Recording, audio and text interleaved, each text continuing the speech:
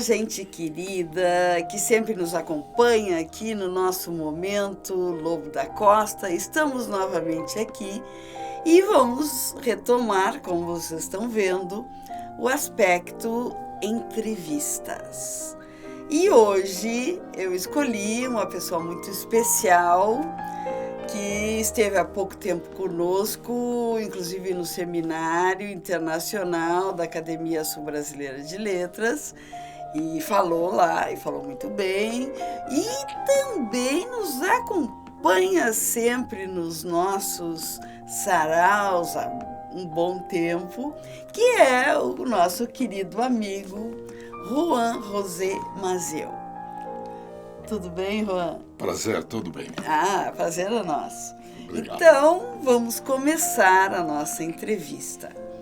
A primeira parte que eu falo sempre e eu pergunto é: quem é o Juan José Mazzeo? O Juan José Mazzeo é um uruguaio, um capitão da Marinha, aposentado e residente em Pelotas agora por pura escolha pessoal. Muito bem, escolheste uma cidade ótima, porque eu sou pelotense. Pelotas é uma cidade magnífica. Eu conheci já umas décadas atrás, quando estava envolvido com um projeto de porto na Lagoa Mirim e trabalhava muito com o pessoal da agência da Lagoa Mirim. E amei essa cidade a primeiro golpe de vista, assim, do início. Passou o tempo, decidi ter algum lugarzinho, um pied-à-terre, como dizem os franceses, um pied-à-terre, um lugarzinho onde chegar para vir cada tanto. E já uns anos atrás decidi fazer Pelotas minha residência e estou muito contente. E ele tem uma linda casa no Laranjal que ele mesmo construiu como quis. Bom, não construí com minhas mãos. Não, mas mandou. Não saberia. Sim, mandou realizar e muito bem, muito legal. É um primo a casa. Bom, mas foste muito modesto, só disseste que aposentada, marinha e tal, mas eu sei que ele pinta muito bem, né? Quem sabe vai pintar um outro Lobo da Costa para nós, pois que nem o Mário. Gosto de pintar, já de uns quantos anos pintei. Aliás, agora estou trabalhando já de uns meses, imitando um estilo de cores planas, que foi um estilo muito usado em Uruguai no século XX, 1920, 30, planismo se chama, mas para pintar alguns cantos de Pelotas. Estou trabalhando nisso. Que legal. Trabalhei na Catedral, no Mercado Público e agora estou com a caixa d'água da Praça Piratinino de Almeida, exatamente. Isso, Gosto de pintar, mas é totalmente amador, né? Não, eu já vi a pintura, é bem bonita. Não tem nada de obrigado. Pintura amadora. E também ele escreve, ele é escritor, não é? Também, alguma coisinha, né? Eu tenho alguns trabalhos em matéria assim, política, geopolítica, história, sempre nessa volta de procurar as essências da região, mais do que do meu país, concretamente da região. Eu acredito muito na importância desse mundo pampa e missioneiro que forma o sul do Brasil, o território do Uruguai, o sul do Paraguai e o centro da Argentina. Eu acho que é uma região, quem sabe, a mais completa e complexa da América do Sul, com umas possibilidades incríveis. É uma área de junção do continente, com várias capitais nacionais, estaduais, tudo, com vias de comunicação muito importantes e tal. E essa foi uma das coisas que a mim me inclinou muito por Pelotas, quando descobri que já teve, ou pelo menos que já foi mais compreendida, a importância de Pelotas como elemento de união regional, de integração desses territórios. Só que me parece que essa possibilidade ou essa missão não é totalmente compreendida na atualidade. Mas é para seguir trabalhando. Por isso, estou escrevendo, junto com meu amigo, o doutor Alexandre Barum, estamos escrevendo num jornal local a respeito de integração... A Hora do Sul. Sim. Integração regional e desenvolvimento. Porque me parece que já chegará alguém que compreenda a importância de Pelotas e dê para a cidade e sua vizinhança a projeção regional que merece. Merece. Então, que bom. Por aí. Isso é ótimo. Então, nós estamos no caminho, né? Quem sabe? Esses dias eu estava indo para minha costureira e voltei por um caminho que eu nunca tinha passado.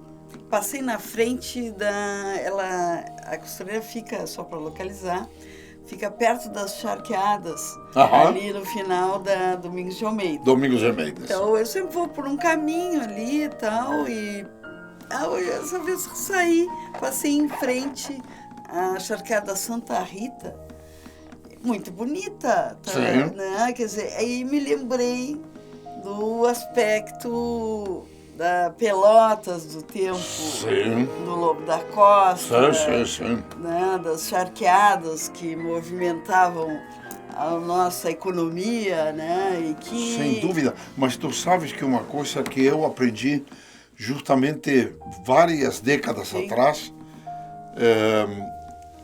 estava passeando numa reunião dessas uruguaio-brasileiras por temas da Lagoa Mirim, estava passeando aqui na Praça Osório e um senhor que eu não conhecia, eu estava olhando os prédios antigos, me perguntou se eu gostava, respondi que sim, e ele me convidou a dar uma caminhada, era o Zamir Curi, querido amigo, Zamir Curi. Zamir, sim, do hotel ali. Né? Exatamente, e ele me convidou a uma caminhada, e quando chegamos num prédio bancário, ele me disse, sabe o que era aqui? Não, sabe, era um banco assim, o Banco Pelotense, deu falência em tal ano, sabe por quê? Digo, não, imagino a crise do ano 29, que e ele me disse, não é. E sabe outra coisa? Quem não conseguiu pagar para o Banco Pelotense os créditos era gente da produção agropecuária do Uruguai e da Argentina. Aí se me abriu um panorama enorme de compreensão da importância regional de Pelotas. Sim. Não é gratuito aquele fato que, não vou falar do Uruguai, um país pequeno, sempre com algumas carências e tal, é um país mas por exemplo, estamos falando daquela Argentina riquíssima das primeiras décadas do século XIX, que recebia financiamento para a sua produção de um banco de Pelotas. É impressionante isso. E me parece como que acontece com todo o mundo. Por exemplo, me aconteceu na Veneza. Eu pensei em ir na Veneza para conseguir alguém que se interessasse nos assuntos marítimos, portuários, daqui desta região, do Uruguai, Rio da Prata em geral, sul do Brasil. Bom, e achei que os venezianos, que dominaram o mar por 1000 anos, tinham perdido aquela qualidade. Tinha perdido. Não sabia mais como agir com a coisa marítima. Ficou aquela cidade encantadora, todos conhecemos, né? Mas quando eu falava daquilo, era como se falasse para um camponês. Não sabia. Não entendia. Então, as cidades podem perder o que em algum momento tiveram. Agora, a geografia tem um peso importante. E Pelotas, sobre a fronteira, não é o Porto é Rio Grande. Pelotas tem seu porto, mas o porto na região é Rio Grande, é o caráter portuário. Bagé, por exemplo, é Campanha. Mas Pelotas é um eixo que junta tudo, junto à fronteira, imediatamente à fronteira. Olha, é de uma importância incrível, mas tem que contar com pessoas que consigam interpretar aquilo. Sim. Mas desculpa a explicação. Ótimo. Não, Estamos falando da nossa cidade, cidade, tem tudo a ver. Porque nosso programa, o nosso Momento Lobo da Costa, não é só falar do nosso lobo ou da nossa Elvira, mas sim também de cultura, né, de história, de Pelotas, região. Isso é importante. E realmente eu me lembro, assim, na própria época do Francisco, eu não me lembro, porque infelizmente eu não estava ali, mas eu me lembro de ter lido, né, que eu não estava dizendo que idade eu teria agora. Bom, então eu me lembro de ter lido de que havia, assim, as companhias teatrais importantes, tanto de São Paulo, Rio de Janeiro, vinham primeiro para Pelotas, para depois irem para Montevidéu, Argentina, Buenos Aires, e depois para Porto Alegre. Tu vê, era assim, Porto Alegre não era importante. Claro. O polo cultural era... Tu sabe que agora que lembrei na conversa, o tema esse de Veneza, tinha como esquecido aquilo, mas e foi uma experiência, foi um choque compreender isso, como coisas, claro, que precisam de uma inteligência mais focalizada nas coisas para darem um resultado. Se aquilo se perde, a importância que ela some. Então, até poderíamos fazer um paralelismo com as diferenças do caso. A Pelotas ativa, com muita força, riqueza, que numa época ela foi... Com 2 teatros. Com 2 teatros, claro. Teatro privado, uma biblioteca pública feita por interesses privados. Isso mesmo. Hoje o que fica são os casarões maravilhosos, evocadores de épocas. Mas o 7 de abril vai voltar? Já está vai voltar, quase sim, não pronto, sei. Eu não consegui ir quando... que ele já está há mais, acho que uns 14 anos que ele está em... E também sei que tem projetos aí no teatro, no próprio Teatro Guarani, enquanto a possibilidade até de venda do teatro. Infelizmente, quem tocava mais o teatro era a Andrea, né? Andrea Fetter. E ela faleceu ano passado. E aí não é só ela, a herdeira, ela que gerenciava, digamos assim. E aí os outros herdeiros cogitaram de uma venda, não sei. Isso a gente não eu sabe. Li nos jornais, não tenho outra informação. A gente não sabe se acontecerá. Mas tem uma programação grande para o Guarani aí. Porque Pelotas tem muita coisa, se faz muito em Pelotas em termos culturais, mas eu já conversei a respeito contigo, eu senti desde minha chegada aqui a falta de uma difusão pública importante das atividades culturais. Um informativo. Informativo. Que dissesse. Eu não sei quem deveria encarar, mas... Nós temos o nosso informativo, que é um amigo nosso, e tu conhece também, que é o Luiz Dalla Rosa.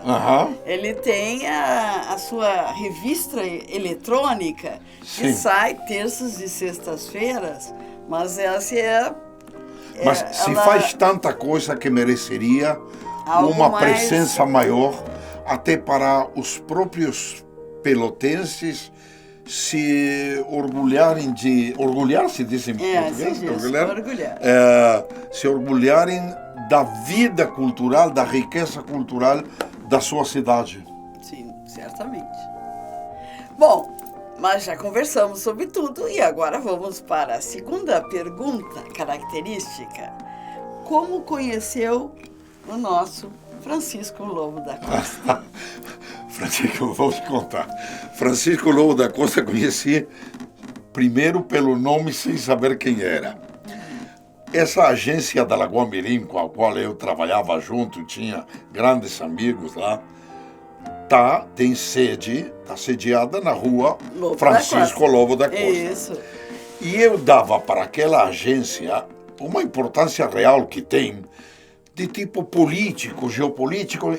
E eu digo, olha, colocaram a sede numa rua com esse nome importantíssimo, Lobo da Costa.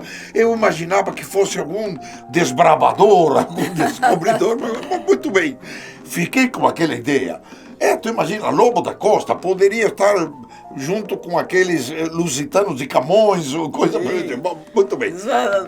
Mas acontece que um dia passei pela Biblioteca Nacional, a Biblioteca Pública, e vi uma daquelas placas, aquelas chapas de bronze. Sim, que estavam no frontispicio. Então eu vejo que o Lobo da Costa era um senhor que escrevia uns versos românticos, uma coisa de algum modo, vou te dizer que foi uma desilusão. Aquele Lobo da Costa que eu achava um personagem impressionante. Querias um Artigas? Sim, eu achava que ele fosse um descobridor, não sei, qualquer coisa assim, de um guerreiro. E achei que o Lobo da Costa era um fino poeta romântico. Bom, sim. E assim que conheci ele. Sim. Aí depois perguntando e tal, lendo alguma coisinha, cheguei a saber mais ou menos quem era. Sim.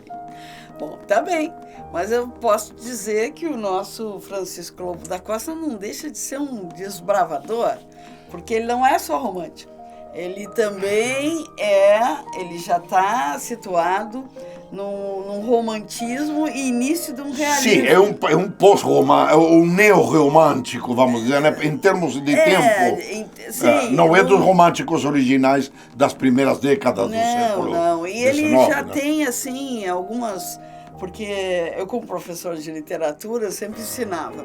O que é o romantismo? O romantismo é aquele que o final tem que ser feliz, né? Sim. O rapaz, o namorado, fica com a menina que ele gostava e final feliz. Ou então, também é um final feliz, por exemplo, em Camilo Castelo Branco, que os dois morrem e se encontram num plano celestial para ficarem juntos para a eternidade.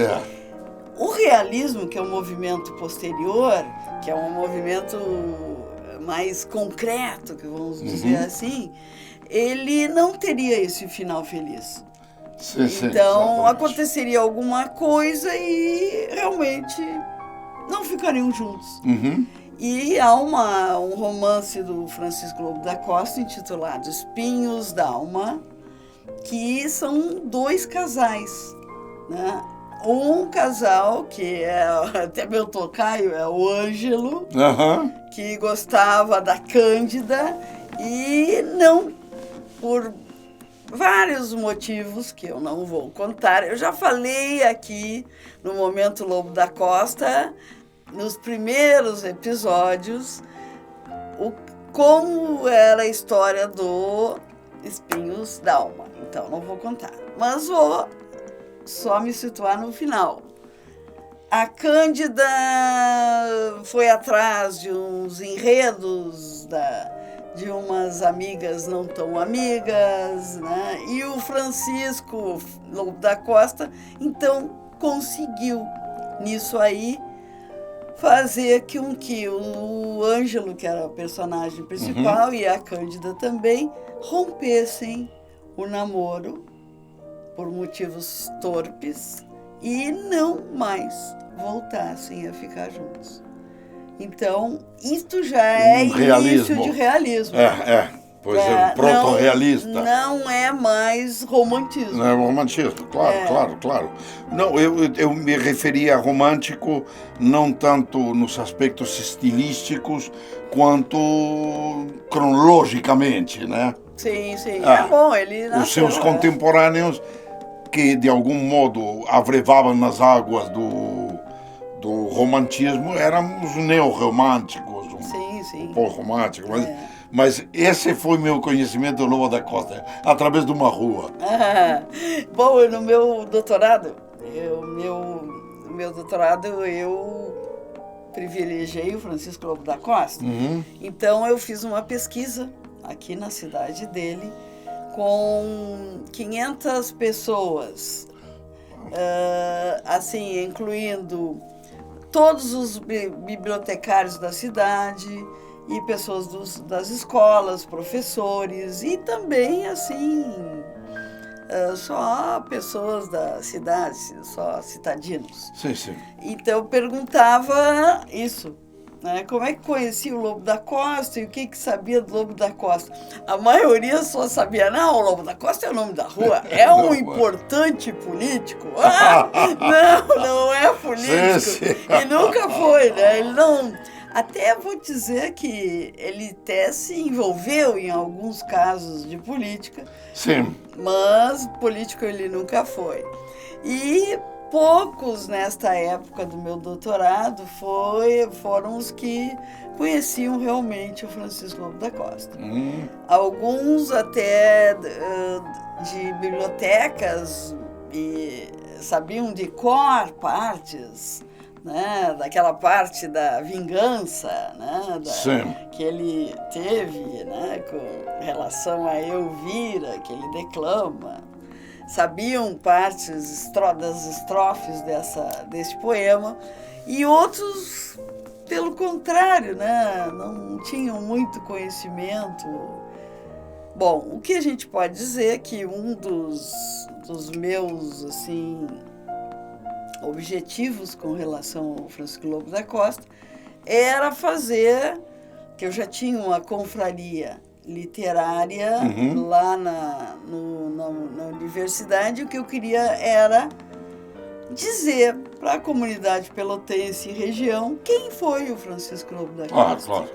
Porque se os seus compatriotas não o conheciam como deveriam, né, então achei que deveria. E hoje em dia, se eu fizesse essa pesquisa, teria uma grande surpresa, né, que tantas pessoas encontrar conhecem. Que gente que conhece. Isso. Entendo. E aí eu vou te perguntar outra coisa. Fala. Como conheceste o nosso instituto, que tem o nome dele, Francisco Lobo da Costa? Sim. Bom, o primeiro que conheci foi o teu caríssimo esposo, meu caro amigo Sadi Zapper. Eu di uma palestra, mais ou menos assim, Sim. Na biblioteca pública, e essa noite estava sozinho, aí fui jantar e encontrei que estava contigo, Sadi, estava jantando às dois, aí te conheci, e nasceu um vínculo e uma verdadeira e muito linda amizade. A partir desse encontro, dessa amizade, é que acabei conhecendo o Instituto e necessariamente, embora a poética nem o teatro, eu gosto do teatro atuado, mas não gosto da atuação autoral do teatro, mas não da obra como literatura. Mas, de qualquer jeito, de uma mergulhadinha aí na pessoa de Lobo da Costa, graças a te conhecer e conhecer o Instituto, e ser convidado para os saraus, que são aquelas confraternizações encantadoras. Sim, sem dúvida. De gente que encontra um espaço para manifestar suas inquietudes literárias e tal. Então, foi assim que cheguei ao Instituto Francisco Lobo da Costa. E eu posso dizer que ele é um frequentador assíduo do nosso saraus, né? Isso é um prazer para nós. E até, vou te dizer, a primeira moradia que eu tive aqui em Pelotas era aí na frente da prazinha, onde está o busto aí do Lobo da Costa. Sim, claro, ali na convergência. Na Barroso com a Argolo, né, que está ali na convergência de 3 ruas. É o início da Ferreira Viana, Ferreira Viana, Argolo e Barroso. Barroso. Bom, e eu estava aí. E depois com as tuas histórias de que o Francisco tinha morto aí nas redondezas daquele lugar. Por ali. E tudo. Aquilo me impressionou muito. Cada vez que saía do apartamento me encontrava com o Francisco aí no Bronze. Então aquilo foi bem interessante, Também. Essa foi a minha aproximação à figura do Francisco Lobo da Costa através do Instituto, da tua pessoa, do querido Sadi e de toda essa gente que gosta que foi sentindo como amigos, uns mais próximos, outros menos, cada um segundo o seu caráter e tudo, mas foi realmente lindo. Realmente lindo. Que bom. Eu espero que continue sempre. Sim, bom, se Deus quiser. E eu sei que ele também assiste o nosso Momento Lobo da Costa, não é? Ele pelo menos assistiu toda a parte do que eu contei no Momento Lobo da Costa, a vida do nosso Francisco. Sim. Achei bem interessante. Tens um modo de expor as coisas muito didático e com um grande conhecimento. Tens um conhecimento que já passou pelo filtro do análise e está incorporado em ti. É uma coisa, sim, é uma coisa incorporada. Então, é uma manifestação vital das coisas do Francisco Lobo da Costa. Gostei muito e aprendi aí. Que bom! Tá bem. E terias mais alguma coisa para dizer para os nossos queridos amigos que nos assistem? Com certeza, todo esse pessoal que eu conheço e quero, que são os contertúlios. Se diz contertúlio em português? Tem a tertúlia, existe, da tertúlia, que é o conjunto. Conjunto. Conjuntos assistentes, de aquele pessoal que eu quero muito e não me sinto... Pelo contrário, poucos dias atrás, um querido amigo pelotense, que conheço dessas atividades da Lagoa Mirim, o doutor Manuel Maia, ele me dizia, mas como tu... Sim, além de tudo, um bom pianista. Ele dirigiu muito bem a agência da Lagoa Mirim e é muito bom na sua especialidade agronômica, mas é um pianista fantástico. Ele toca uns tangos maravilhosos. E a Ângela canta. E a Ângela canta, acompanha cantando, a tocaia. A tocaia acompanha cantando. Bom, e o nosso Manuel Maia me dizia, mas como tu conseguiu entrar na vida social de Pelota? Sim, porque levado por mãos amigas, quanto as de vocês, do Sadi, de outros amigos, tal, fui conhecendo gente como aquela que são assistentes do sarau, que achei gente encantadora. Muitos deles não devem saber quanto eu gosto deles mesmos. Que bom, nós também gostamos. Então, isso é a mensagem para esses amigos do sarau. Sim, nós amamos todos que amam o Lobo da Costa e que gostam. Tá certo. Somos gente muito querida. Bom, então para agora nós concluirmos, nós vamos ter o nosso querido convidado, amigo, que também é escritor, vai interpretar uma poesia do nosso Francisco Lobo da Costa.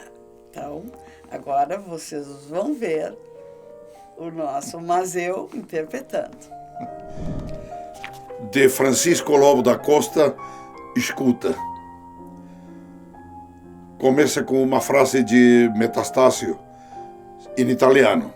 Si perda la vita, finisce il martire, è meglio morire che viver così. Morena, escuta os meus cantos. São vagas dos negros prantos que reventam desta dor. São noturnas cantilenas das solitárias falenas, nos roçais do nosso amor. Quando de noite a viola pelo espaço desenrola a selvagem melodia, creio ouvir-te suspirando, a pé de mim murmurando a cavatina do dia. Olha, morena, teus dedos sabem descer os segredos que o peito esconde de mim.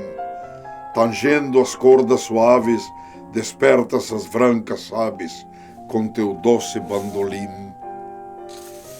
Do rancho dessas morenas, das modestas azucenas, tu és a fada de amor. Só tu que ris e suspiras, e não sabes as mentiras deste mundo enganador. Quando em meu seio te inclinas, tuas tranças peregrinas acenam beijos ao céu, e dizem aves de aurora como é formosa a pastora, que tanta graça lhe deu. Ó morena, ouve, eu não minto, o afeto que eu por ti sinto, só sabe este sertão. Escuta, pois, os meus cantos, são bagas de negros prantos que chorou meu coração. O poema está datado em Molhos, uma fazenda lá no Uruguai, no estado oriental, diz que é o nome do Uruguai naquele momento, em 1874. Então, gente querida, gostaram da nossa entrevista? Eu adorei. Adorei estar aqui com o nosso querido Mazeu. Conversamos, foi ótimo, muito produtivo, obrigada. Ele declamou bem, né? Quem sabe tem futuro. Quem sabe ele vai se aventurar lá no sarau, hein? Difícil. Talvez a Sandra te ajude. Vamos fazer um dueto com a Sandra. Pois é, com a Sandra, claro, minha querida Sandra. Sim, um beijo, Sandra. E ficamos por aqui. Um beijão para todos. Fiquem com Deus e até o nosso próximo episódio. Beijão.